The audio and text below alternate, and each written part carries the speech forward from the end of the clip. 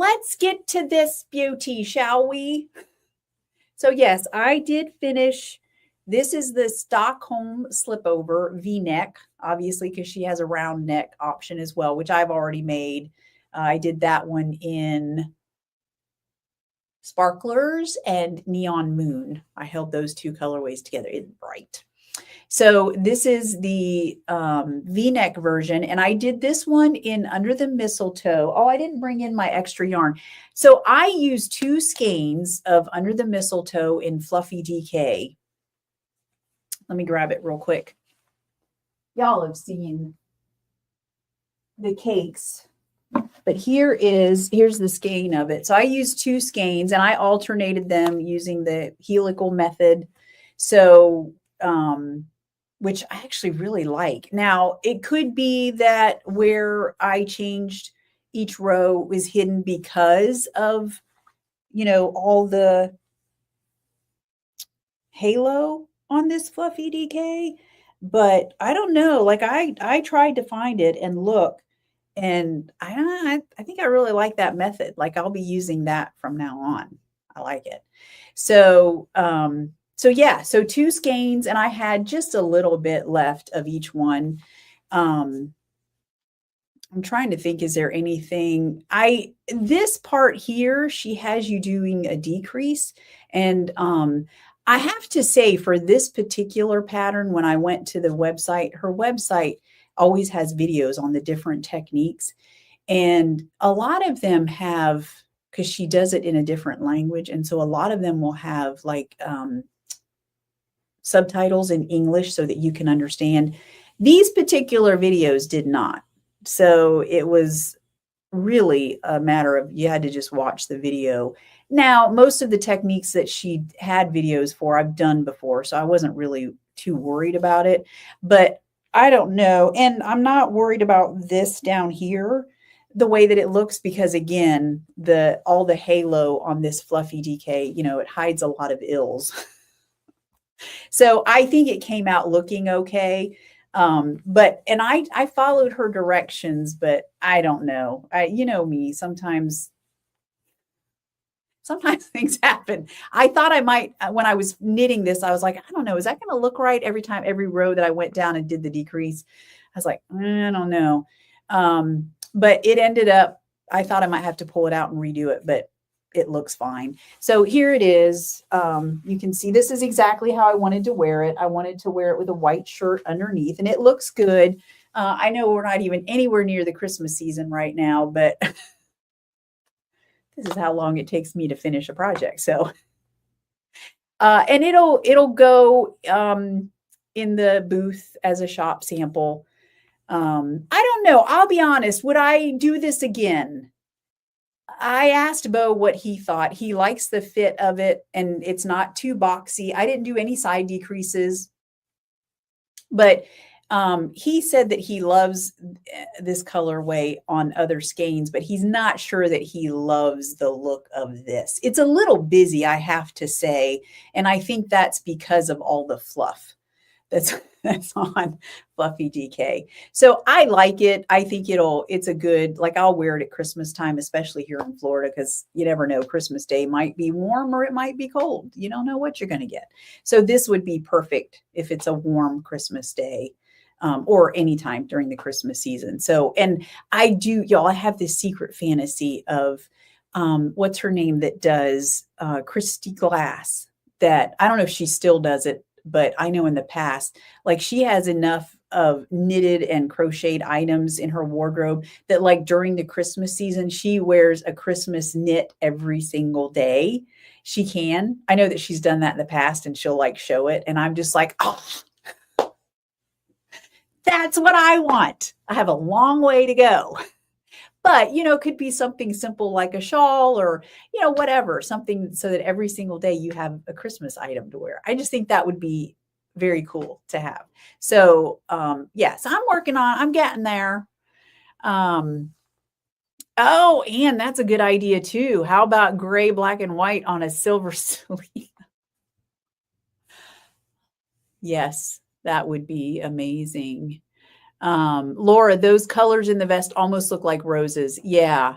the areas where the red are prominent. Thank you. I'm glad that y'all like it. Thank you. I like it too. I think it came out a little bit differently. And again, I mentioned this last week, I think. This yarn, it is like knitting with a cloud. It is also super slippery. And I don't know, is that because of the silk content? It is mostly alpaca. Yeah, it's 90% baby Surrey alpaca. No babies were harmed. And then 10% silk, but it really just slides off the needles. And so I think, did I tell y'all for both of the arm finishing and the neck, I went with my wooden cubics needles and I was happier. I wasn't constantly fighting to keep the stitches from falling off the needles. So that made me happy and I got that done. So the other thing that I finished a sock. I was working on this last week, I think, and I showed y'all. So I finished one sock for Bo in, I want to say this is the Inertia colorway from String Theory Colorworks. And I use Dole Whip on the heel, on the cuff and the toe, and then Happy Hour I used on the heel. And I haven't cast on the second sock yet. Ordinarily, if it were for me, I would now swap and use Happy Hour for the cuff and then Dole Whip for the heel. But I think I'm getting the sense that Bo likes twin socks. So I'll probably do Dole Whip again. And then I'm not going to worry about the stripes. How they fall is how they fall. So if it starts, for example, I think it'll start on an orange because I finished with orange down here. Oh, this is something. Yeah, so the next one will start with an orange stripe, which I'm not going to worry about that. But this is something I've noticed, and I'm curious if anyone else has noticed this. So, when I make Bo socks, not on every pair, but I always track my projects on Ravelry. So I will often write down, okay, I did this many rows for the leg, this many for the cuff, how many stitches I cast on, and then what heel, and then how many stitches I did for the foot. I have noticed something. When you do a shadow wrap heel, when I do a shadow wrap heel, I don't have to do near as many rows. Well, I say near as many. I don't have to do as many rows for the foot. I guess that's because, and I'll be honest, I'm trying to think now. I must have I have one sock that I knit for him, and I think it was a heel flap, and I said something about 75 rows for the foot, which I'm guessing that would have started with all the decreases. So you would need more rows for that. But I don't know. For some reason, I just thought that I'd still need the same amount of rows. Maybe that was silly of me. But I did at least 10 rows less because I had him try these on because I was like, I don't know, that's looking like it's pretty long. So I had him try them on. And sure enough, I didn't have to knit as many rows for the foot. So that's just even more reason for me to use the shadow wrap heel. I already love the heel pattern to knit. And now I have less rows to knit on the foot. Oh my gosh, can it get any better? So anyway, yeah. So I feel like I've got too many projects going on. So I still have my stripe step socks. And then I wrote down, fortunately, I think I wrote really good notes on this because I'm not going to cast this other sock on right away. I do want to get started on these socks that I'm going to knit for Kayla, my stepdaughter, and Morgan's caking up the yarn, the body. That'll be for the body of the foot. It's garnet and gold. But I showed you all this last week. I hope to get the cuff done this weekend. I'm going to do those. This was the September chart from Summer Lee, her Cuff Club. And it has little cables in it. I figured if I'm going to do a vanilla sock, I might as well give her a little zhuzh to the pair of socks. And it's just on the cuff. It's been a while since I've done some cabling, so you might hear some complaints. I'm not a big cabler, I got to tell you. So after that, I don't know what I'm going to knit next. I know there have been a lot of projects that I wanted to do, but there's a new color collection coming out. I haven't named it yet.